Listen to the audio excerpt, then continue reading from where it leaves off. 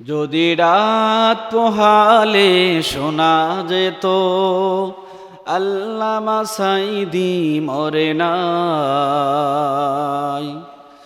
যদি রাত পোহালে শোনা যেত আল্লামা সাঈদীর মুক্তি চাই, তবে বিশ্ব পেত এক মহামানব, তবে বিশ্ব পেত এক মহামানব, আমরা পেতাম কোরআনের পাখি।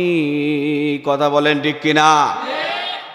এই কোরআনের পাখিকে যারা আজকে অপমান অপদস্থ করতেছেন, যে সমস্ত ছাত্র দলের কুলাঙ্গাররা আল্লামাকে নিয়ে অপমান করেছেন, আমার বিশ্বাস তাদের জন্মের পরে আজান দেওয়া হয়নি। কথা বলেন ঠিক কিনা?